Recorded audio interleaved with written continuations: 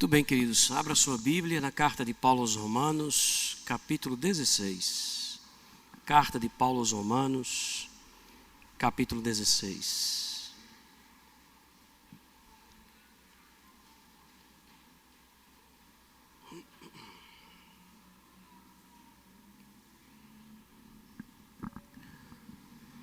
Nós estamos estudando esse que é o último capítulo da carta de Paulo aos Romanos, capítulo que contém as últimas instruções práticas do apóstolo Paulo. Essas instruções práticas que você deve lembrar começaram ali no capítulo 12 e vão se encerrando aqui no capítulo 16. Nós temos, além dessas últimas instruções práticas, o apóstolo Paulo fazendo uma recomendação especial, na qual nós vimos na semana passada. Ele recomendou à igreja em Roma essa querida irmã por nome de Febe, que está aí no versículo 1. Vamos relembrar, só para a gente voltar a contextualizar-nos aqui, diz assim, verso 1, recomendo-vos a nossa irmã Febe, que está servindo a igreja de Cencreia. Essa irmã provavelmente foi aquela que fez a ponte entre Paulo e a igreja em Roma.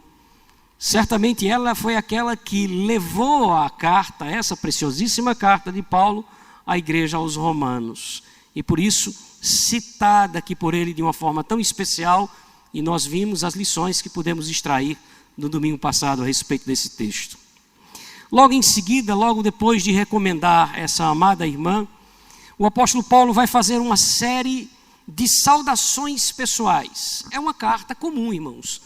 Ele começa a carta dizendo algumas coisas a respeito da teologia, depois começa a falar sobre questões práticas e começa a encerrar a carta dizendo, olha, manda um abraço para fulano, manda um abraço para cicrano, e aí ele vai como toda carta. E é isso que ele faz, ele passa a trazer uma série de recomendações, aliás, de saudações bem pessoais, a partir do versículo 3 e vai até o verso 16, fazendo exatamente isso. E é aqui que eu quero centrar essa nossa devocional de hoje, nesses versículos onde o apóstolo Paulo faz a sua saudação, ou suas saudações finais, nessa que será a nossa 53ª devocional na carta de Paulo aos Romanos. Está aí o nosso tema, saudações especiais é o tema da nossa devocional de hoje. Queridos, é uma coisa intrigante pensar sobre isso, porque, como os irmãos bem sabem, não foi o apóstolo Paulo que fundou aquela igreja em Roma, essa igreja em Roma. Mas ele conhecia muita gente da igreja. Tanto é verdade que ele chega a citar nominalmente, pelo nome, e por algumas experiências que ele havia tido com estas pessoas, quase 30 pessoas. Ele não faz isso nas demais. Ele saúda as demais também, mas não esse volume de pessoas que Paulo cita aqui na carta que ele escreve. O que é intrigante é, como eu vos disse, não foi ele que fundou a igreja, não é? Como é que Paulo conhecia tanta gente? Chegam a se especular que essa parte foi incluída aqui na carta, não é? Que não existia, mas é uma especulação vazia. O fato é que Paulo de fato conhecia algumas pessoas. Mas por que razão ele faz uma extensa citação do nome de tanta gente assim? Provavelmente em razão da principal motivação dele ter escrito essa carta. Se vocês bem lembrarem, eu disse a vocês em outras ocasiões em que nós estávamos estudando, que um dos principais motivos de Paulo ter escrito essa carta é porque ele queria chegar até a Espanha para evangelizar aquele país. E queria contar com os irmãos da igreja em Roma, que eles pudessem patrociná-lo nessa sua missão. Vamos relembrar isso aí? Volta só uma página. Capítulo 15, verso 22. Onde ele está contando os planos, quais são os planos que Paulo tem, e ele cita os planos aqui na carta, dizendo assim, capítulo 15, a partir do verso 22. Essa foi a razão porque também muitas vezes eu me senti impedido de visitar vocês, mas agora não tendo já campo de atividades nestas regiões e desejando há muito visitá-los, olha o que ele diz no próximo verso, eu penso em fazer isso quando em viagem para a Espanha. Por quê, Paulo? Porque eu espero que de passagem estarei convosco e para lá seja por vocês encaminhado, depois de haver primeiro desfrutado um pouco da vossa companhia. Então por que Paulo escreve o nome de tanta gente, como ele não havia feito em outra carta, para aqueles irmãos? Porque ele quer convencê-los de uma coisa: queridos, eu conheço muita gente daí, eu não sou tão estranho assim para vocês. Eu sei que muitos de vocês não me conhecem, mas muita gente em Roma, na igreja de Roma, me conhece, e eu conheço muita gente daí. Ele quer convencê-los a patrocinar a sua viagem para a Espanha. Que bonitinho isso aqui, né? E a partir do versículo 3, ele passa a citar o nome dessas pessoas e alguns detalhes. Se você vê como ele é rico em alguns detalhes, para que convença aqueles irmãos: olha, ele de fato conhece o irmão fulano, ele de fato conhece a família de Cicrano. E nós vamos estudar exatamente isso. Não é um texto fácil, viu? Eu estava agora há pouco comentando com o Renilson. Não é um texto homileticamente fácil de tratar, mas esse é o desafio da gente estudar todo o texto, né? Não tem como fugir de textos como esse. E vai ser uma oportunidade muito boa também para, por exemplo, o Guilherme e a Elaine encontrar de repente um bom nome aqui para essa criança que está chegando. Eles estavam duvidosos sobre o nome, vão ter a oportunidade de ter uma série de belíssimos nomes que nós vamos estudar aqui, e de repente a escolha está aqui. Então atenção para aquilo que pode ser dito e que pode ser captado por eles. Vamos fazer a leitura do texto? A partir do versículo 3 até o verso 16, que Deus nos ajude. Diz assim: saudai Priscila e Áquila. Manda um abraço aí para Priscila e Áquila, esse casal querido, meus cooperadores em Cristo Jesus, os quais, olha o que Paulo diz, pela minha vida arriscaram a sua própria cabeça. Eu agradeço a eles por isso, e não somente eu, mas também todas as igrejas dos gentios, nas quais eu dei assistência, porque estava vivo. Verso 5, manda um abraço também à igreja que se reúne na casa desse casal. Saudai também o meu querido Epêneto, primícias da Ásia para Cristo, um dos primeiros que se converteram ao meu ministério, ou por meu ministério. Verso 6, mande um abraço para Maria, que muito trabalhou por vocês. Manda também um abraço para Andrônico e Júnias, meus parentes e companheiros de prisão, os quais são notáveis entre os demais apóstolos e estavam em Cristo ou se converteram antes de mim. Saudai Ampliato, o meu dileto amigo no Senhor. Faz isso também com Urbano, que é o nosso cooperador em Cristo, e também com o meu amado Estaques. Saudai Apeles, aprovado em Cristo. Saudai-os da casa de Aristóbulo. Saudai o meu parente Herodião. Saudai-os da casa de Narciso, que estão no Senhor. Prepare-se para o verso 12. Saudai as irmãs Trifena e Trifosa, as quais trabalhavam no Senhor. Saudai a estimada Pérside, que também muito trabalhou no Senhor. Saudai a Rufo, eleito do Senhor, e igualmente a sua mãe, que agiu como se fosse minha própria mãe. Saudai a Síncrito, Flegonte, Hermes, Pátrobas, Hermas e os irmãos que se reúnem com eles.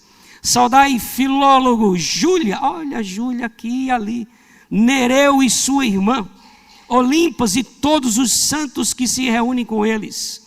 Saudai-vos uns aos outros com ósculo santo. Todas as igrejas em Cristo vos saúdam. Amém. Eita. Vamos orar? Pedir a Deus que fale ao nosso coração por meio desse texto. Feche seus olhos, vamos agradecer a Deus. Te louvamos, ó Deus, por essa oportunidade que o Senhor nos concede.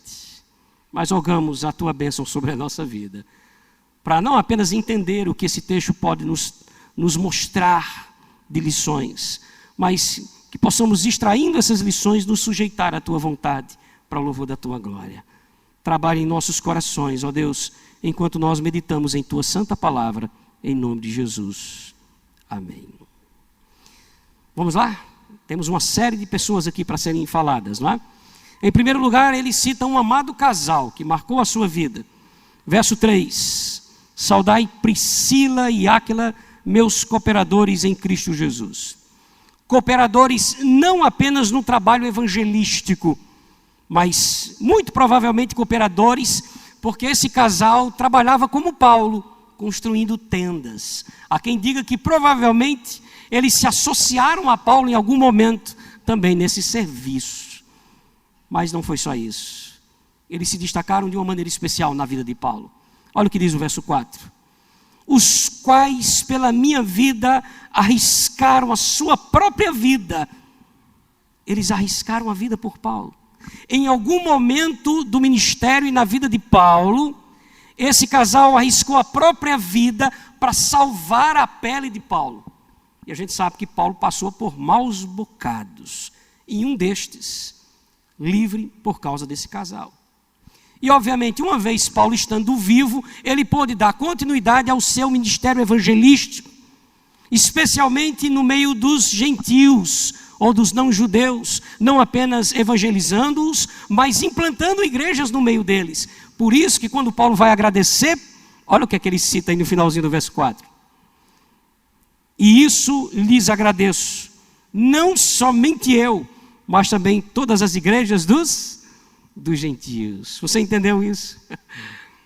Ele diz, olha, manda um abraço aí para Priscila e Áquila. Lembre-se, em todo o texto, não esqueça que Paulo tem a intenção de provar aos romanos que ele conhece esses irmãos. Ah, ele conhece o casal amado? Conhece. E tem mais, olha o que Paulo conta de experiência. Paulo diz que eles livraram Paulo da morte em algum momento. E encerra dizendo, olha, agradeça a eles aí por tudo que fizeram, não somente por mim, mas pelas igrejas que terminaram logrando por causa disso. Porque uma vez Paulo estando vivo, pôde continuar com o seu ministério entre os gentios. Não haviam templos, irmãos. Olha o que acontece no verso 5.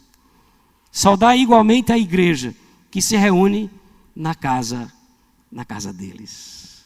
Ele termina dando essa instrução. Olha, manda um abraço para a igreja que está lá na igreja. Você está pensando que eu não sei? Eu sei que tem uma igreja na casa do casal Priscila e Áquila. E Paulo com isso está tentando mostrar que ele tem conhecidos em Roma. Que informações belíssimas. Um casal que arriscou a própria vida pelo apóstolo Paulo. Um casal que ajudou Paulo nos momentos difíceis. Mas um casal que também abriu as suas portas para que sua casa se tornasse uma igreja local. E Paulo disse, manda um abraço para eles.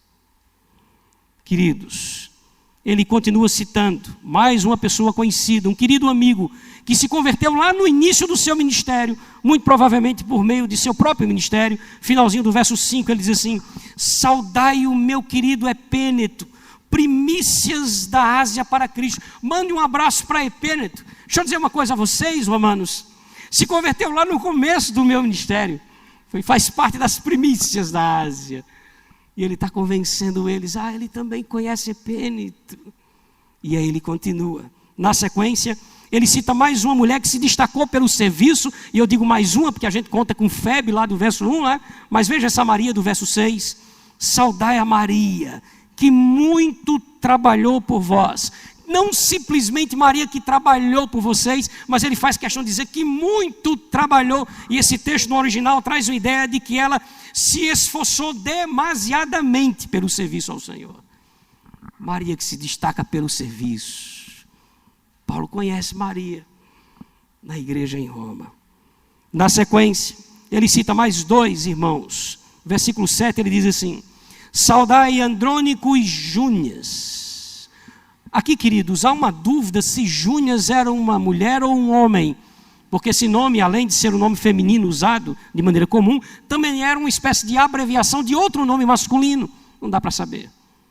Na minha opinião, muito provavelmente aqui se trata de um casal.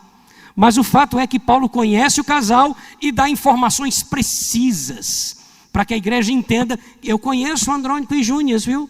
Olha o que é que ele vai dizer, 4 informações. Primeiro, eles eram judeus como Paulo. Quando ele diz aí no versículo, preste atenção, no versículo 7 ainda, saudai Andrônico e Júnias, meus parentes.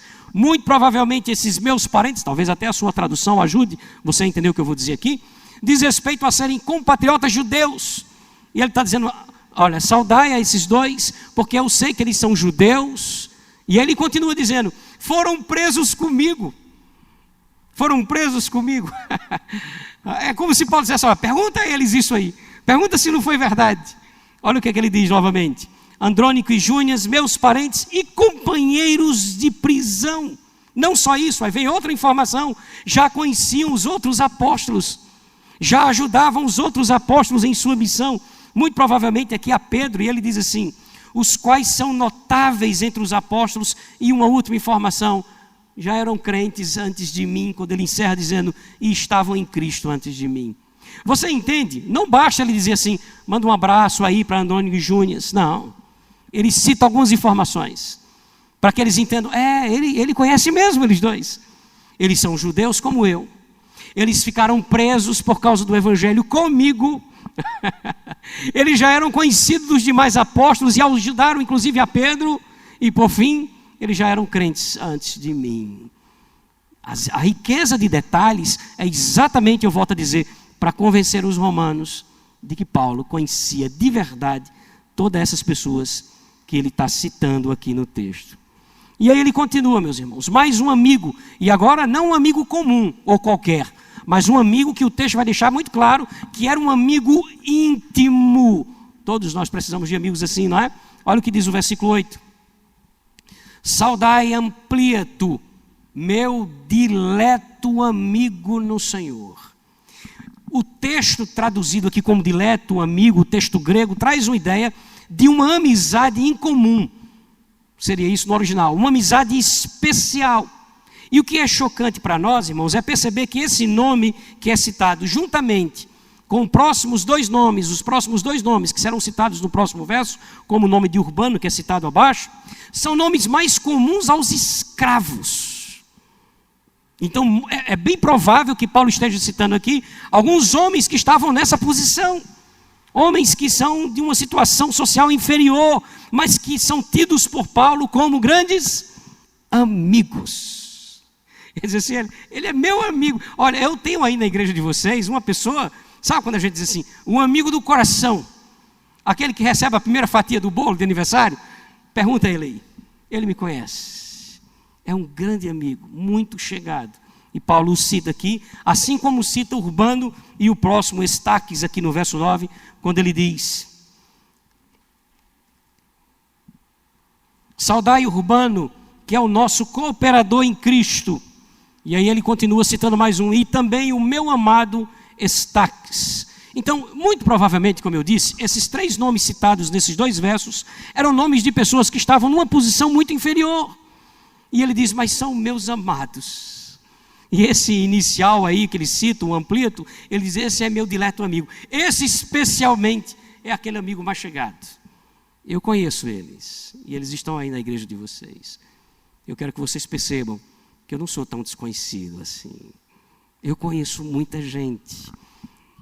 O detalhe que ele vai trazer no verso 10 é interessante. Ele vai citar alguém lá de Roma que havia passado por uma grande provação e que, passando por essa provação, havia sido aprovado por Deus. Olha o verso 10, o que ele diz: saudai Apeles, aprovado em Cristo.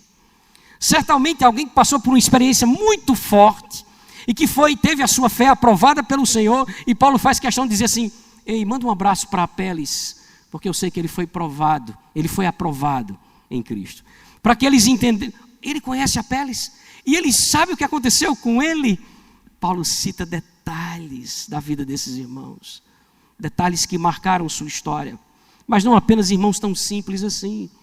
Paulo vai passar a citar duas famílias que faziam parte da nobreza. Eu quero que você perceba que na sequência ele vai citar famílias que, segundo alguns estudiosos, estavam ligados a Herodes. As famílias de Herodes estavam ligados ali ao governador da Judéia. Olha o que é que ele vai dizer no verso 10, a parte que não lemos, depois de Apeles. Ele encerra o verso 10 dizendo assim: saudai-os da casa de Aristóbulo.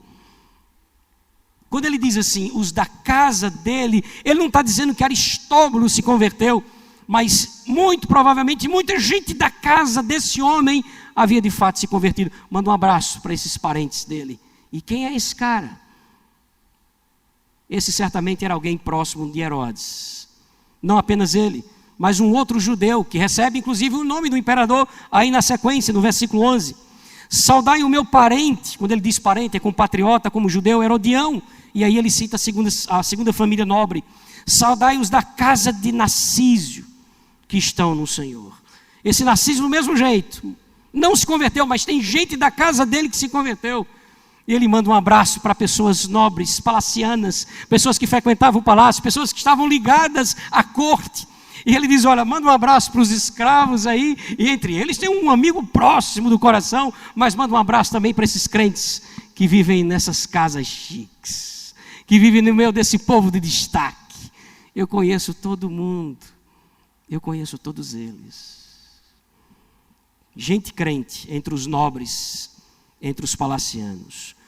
Quando não uma família inteira, ele cita alguns parentes que estão juntos aqui, como o nome dessas duas prováveis irmãs no versículo 12, talvez os nomes mais complicados aí, né?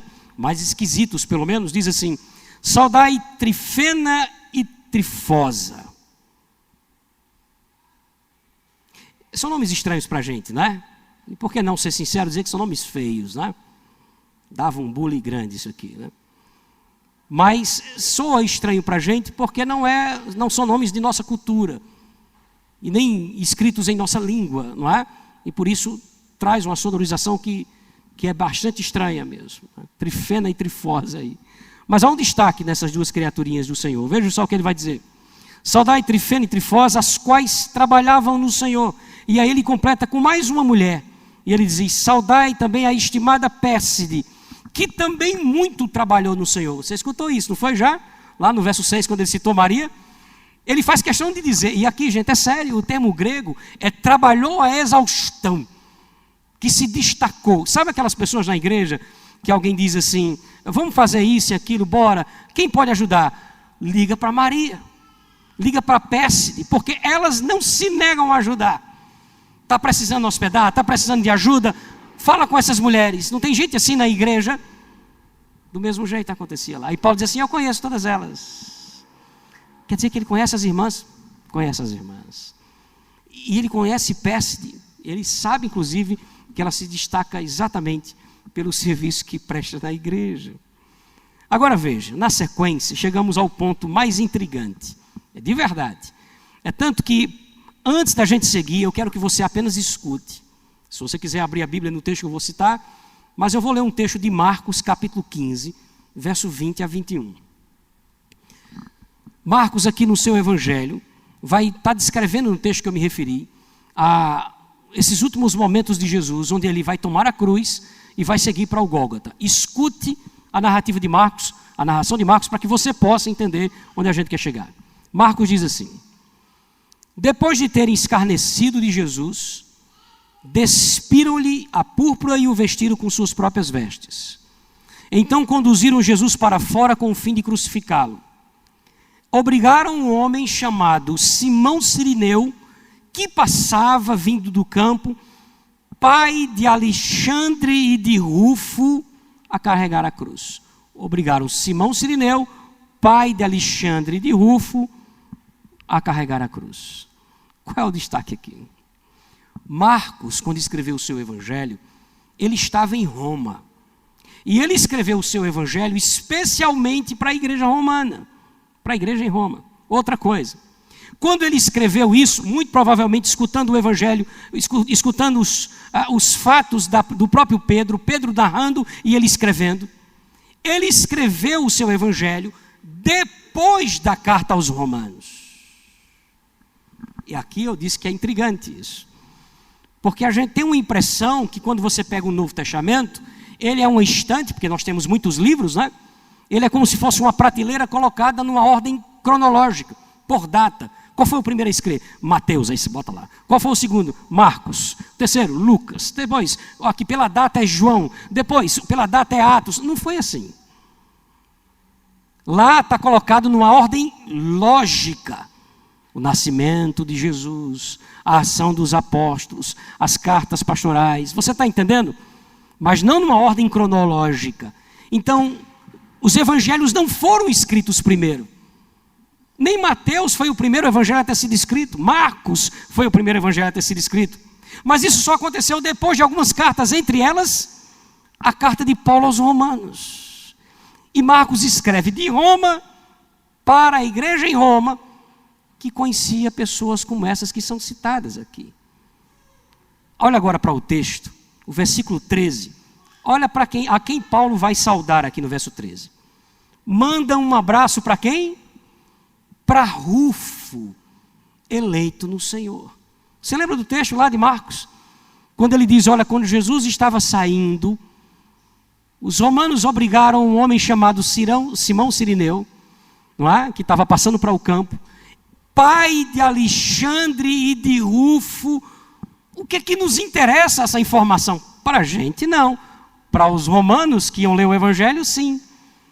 Esse Rufo aqui, quase que certamente, é o mesmo Rufo, filho de Simão Cirineu, que carregou a cruz de Cristo. Aí você vai dizer, que coisa inusitada, tão inusitado, que Paulo, quando cita o nome dele, diz, Rufo eleito no Senhor. Como se estivesse dizendo assim, vocês sabem aquele homem que levou a cruz? Sabe Simão Cirineu? Você sabe o que aconteceu com a família dele? Eles eram eleitos de Deus. Que coisa interessante.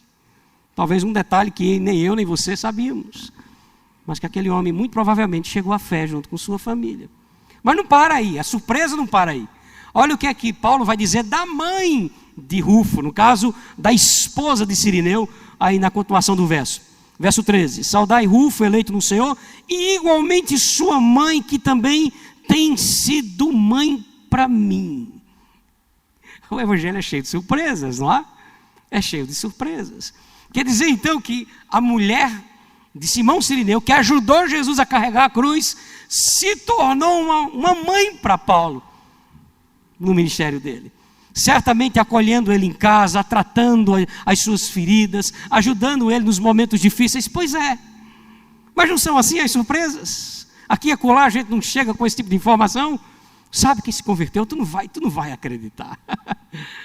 E se converte depois. O próprio caso de Paulo é um desses, não é? Paulo era aquele homem que estava ali, segurando as túnicas daqueles que apedrejaram Estevão. Já imaginou alguém dizer isso lá na frente? Gente, vocês não vão acreditar. Sabe aquele rapaz que estava segurando a túnica lá, mandando, joga pedra, mata esse cabra. É esse o missionário que os romanos estão atrás e os judeus estão perseguindo agora. Casos inusitados. E aqui parece que a gente está diante de um destes casos. A esposa do homem que levou a cruz de Cristo se tornou como uma mãe para o apóstolo Paulo.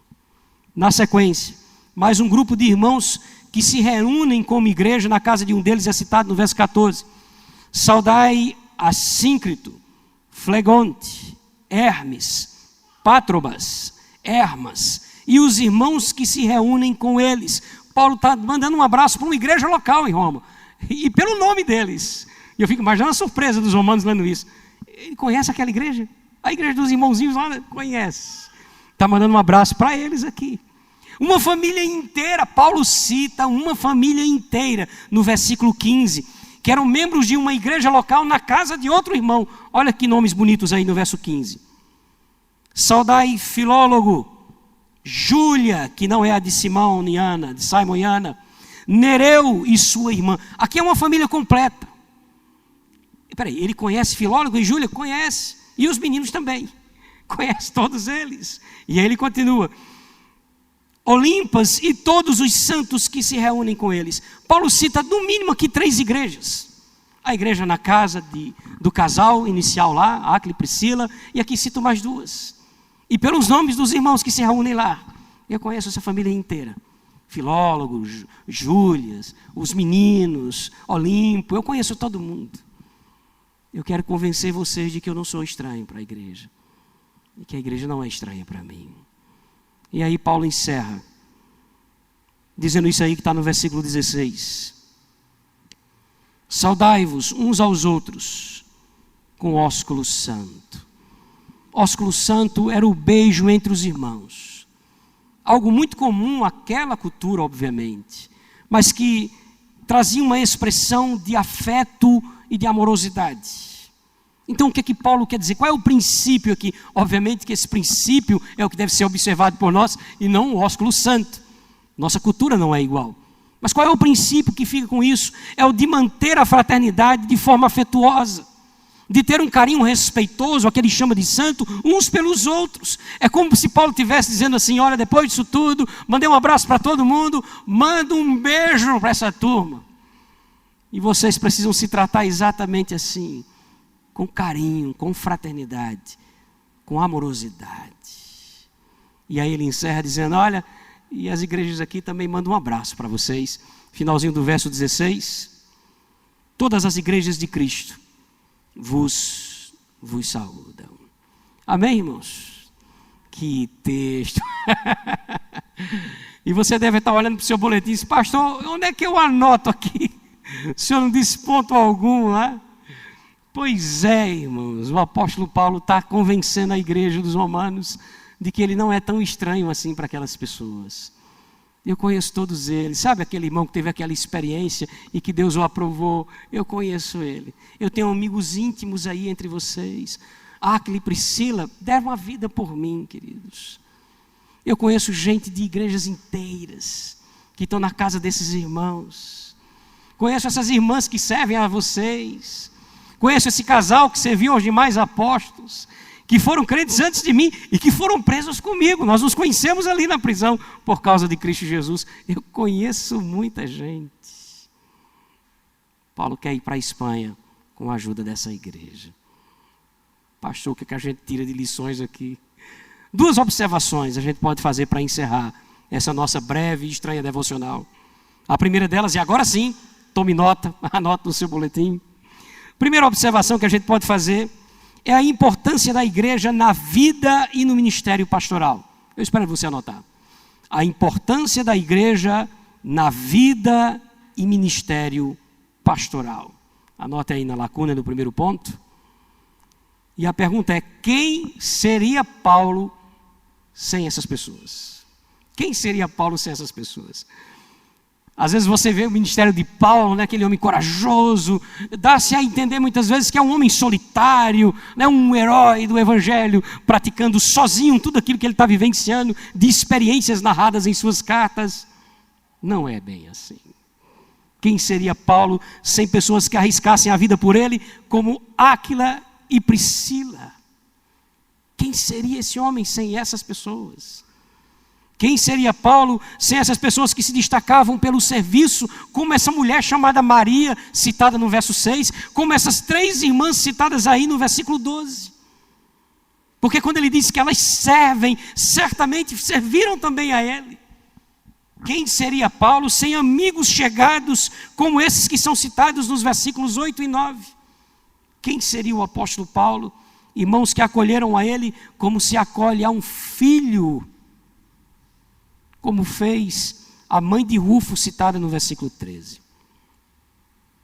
Queridos, não pode haver liderança saudável sem o apoio da igreja. Não pode existir isso, tanto na vida ministerial quanto no próprio ministério. Que possamos então juntos como igreja e pastor aprender as lições que são encontradas aqui, tanto na disposição de servir uns aos outros, quanto no reconhecimento de que nós dependemos uns dos outros. Amém?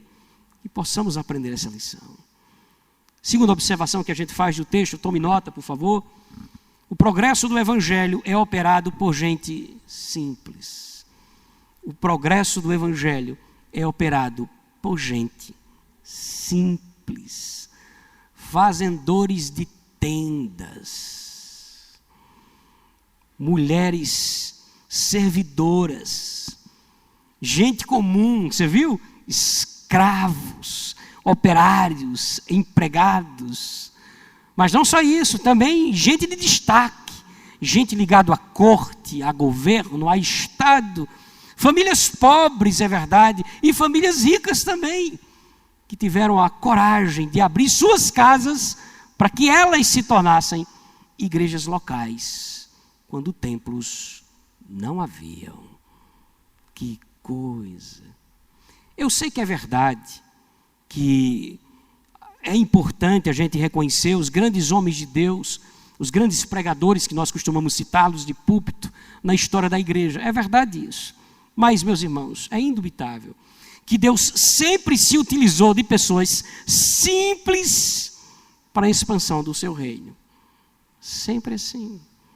Esses homens nunca agiram sozinhos. Sempre enviados por igrejas. Sempre acolhidos por outras igrejas. Sempre amparados por irmãos em suas orações e no seu serviço. Sempre foi assim. E parece-nos claramente que esse sempre foi o plano de Deus. Por isso, igrejas. Por isso, igrejas. Então, que possamos juntos nos colocar à disposição do Senhor, independente de quem somos. Devemos ser úteis a Deus com os nossos dons, com os nossos bens, com os nossos talentos, com a nossa vida. Que Deus nos ajude. Feche os olhos.